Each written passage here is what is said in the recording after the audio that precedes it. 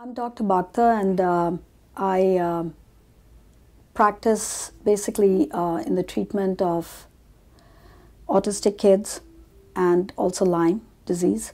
And I actually got interested in Lyme a few years back when I was treating, autism with the DAN protocol, which is the Defeat Autism Now protocol, which are a group of physicians that created this biomedical intervention for the treatment of autism, or especially to help autistic children better integrate themselves into society.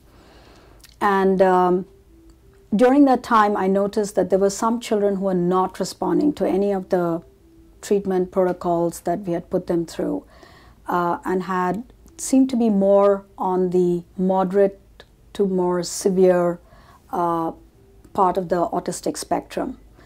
And you would treat them, they'd get better for a little while, then it would be back again to another round of antifungals and antibiotics. And they never really seemed to get better, except for short periods of times.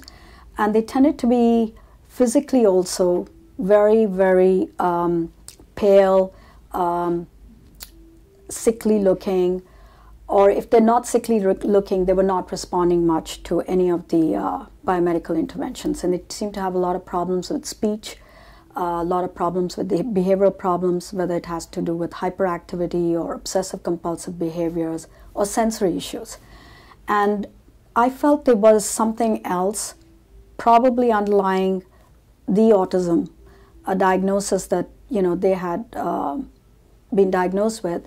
And then I started looking at Lyme and doing a little bit of reading online and speaking to some other physicians.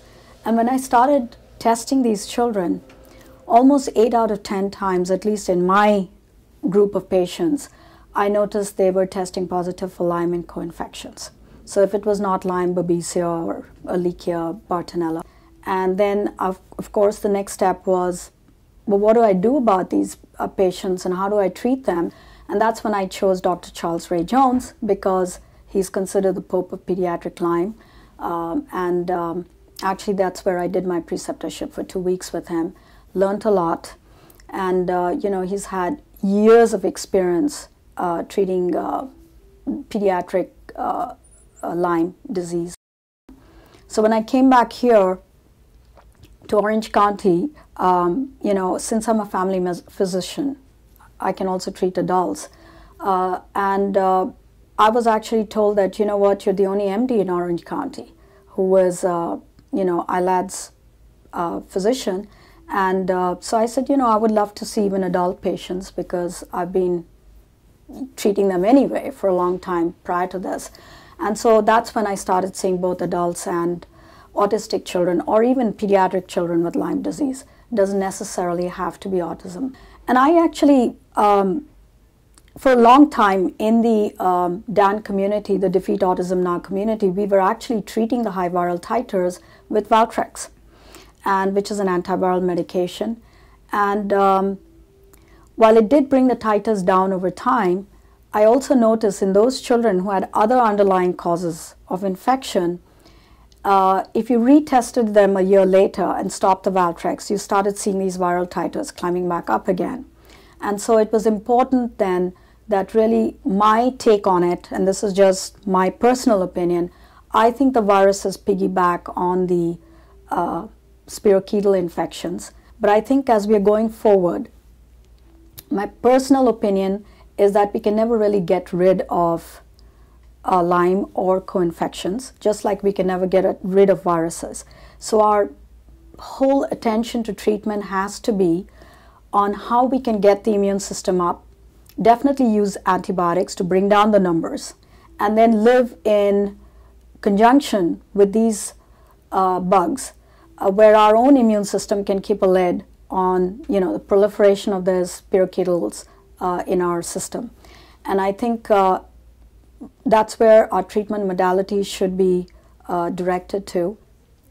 Up to now, everybody, even now, I would say in mainstream medicine, people still think it is confined to the New England states, and that's not the case. It's endemic throughout the world, definitely endemic throughout the United States.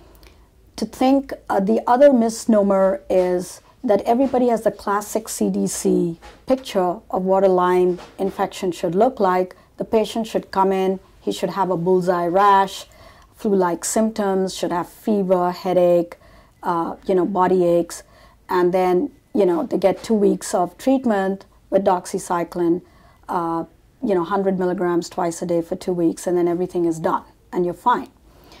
Actually, only 50% of patients manifest the classic CDC picture.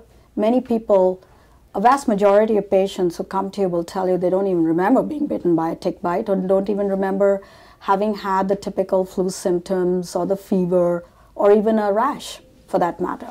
So I think the way Lyme manifests itself, like everything else in this world, is it's a very complex and in a very different variables. So there shouldn't be this typical classic one-size-fits-all picture. So that has to be taken away. When you have a patient, or it could be you, and you have these unexplained symptoms and you keep going from doctor to doctor and nobody seems to be able to diagnose you, you say, doctor, I don't know, I'm just feeling very dizzy. It could be you have, you feel extremely fatigued and sick, not able to carry on your activities of daily living. It's affecting your job. You're not able to remember things or recall appropriate words during your conversation. You develop this kind of sometimes joint pains that seem to migrate around, or even body aches and pains, headaches, sometimes even blurred vision or even ringing in the ears. You have problems with numbness in your hands and feet or tingling, or arrhythmias in your heart, or sometimes just shortness of breath that comes on and off. Your problems with your, huge amounts of reflux, acid reflux, or you have severe constipation, bloating sensation. You just don't feel normal. And you go see your doctor, and the doctor can't figure out, all the tests are negative, because unfortunately, most of the tests for chronic Lyme will test negative. And so, the physicians are a little confused, and they still have this idea that Lyme is confined to the New England states. Then they refer you, depending on what kind of symptoms you have, to various different specialists, and you're just going from specialist to specialist. You have to think that perhaps you might have Lyme, and insist that your doctor check you for it. Now, having said that, it's also important to remember that most of the time your tests might turn out negative, but you still need to be treated. And that's why at that time it's very important that you look up the ILADS, or in California, the CALDA section, for Lyme doctors who are trained to treat patients with these kind of symptoms that seem to be seemingly unexplainable, and don't seem to fit any diagnostic criteria in mainstream medicine. It's important to keep in mind that Lyme is endemic throughout the United States. You could be in the middle of Manhattan, which is a concrete jungle, or you could be living on the edge of a forest in New England, or you could be, living up here in the woods in California. But, it's not that there is a single place that's free of Lyme, so you could get it anywhere. And so that should be one of the differential diagnoses that you should keep in mind when you're going to see a doctor for your conditions. It may not be Lyme too, but it's important to keep that as one of the rule out in the differential diagnosis.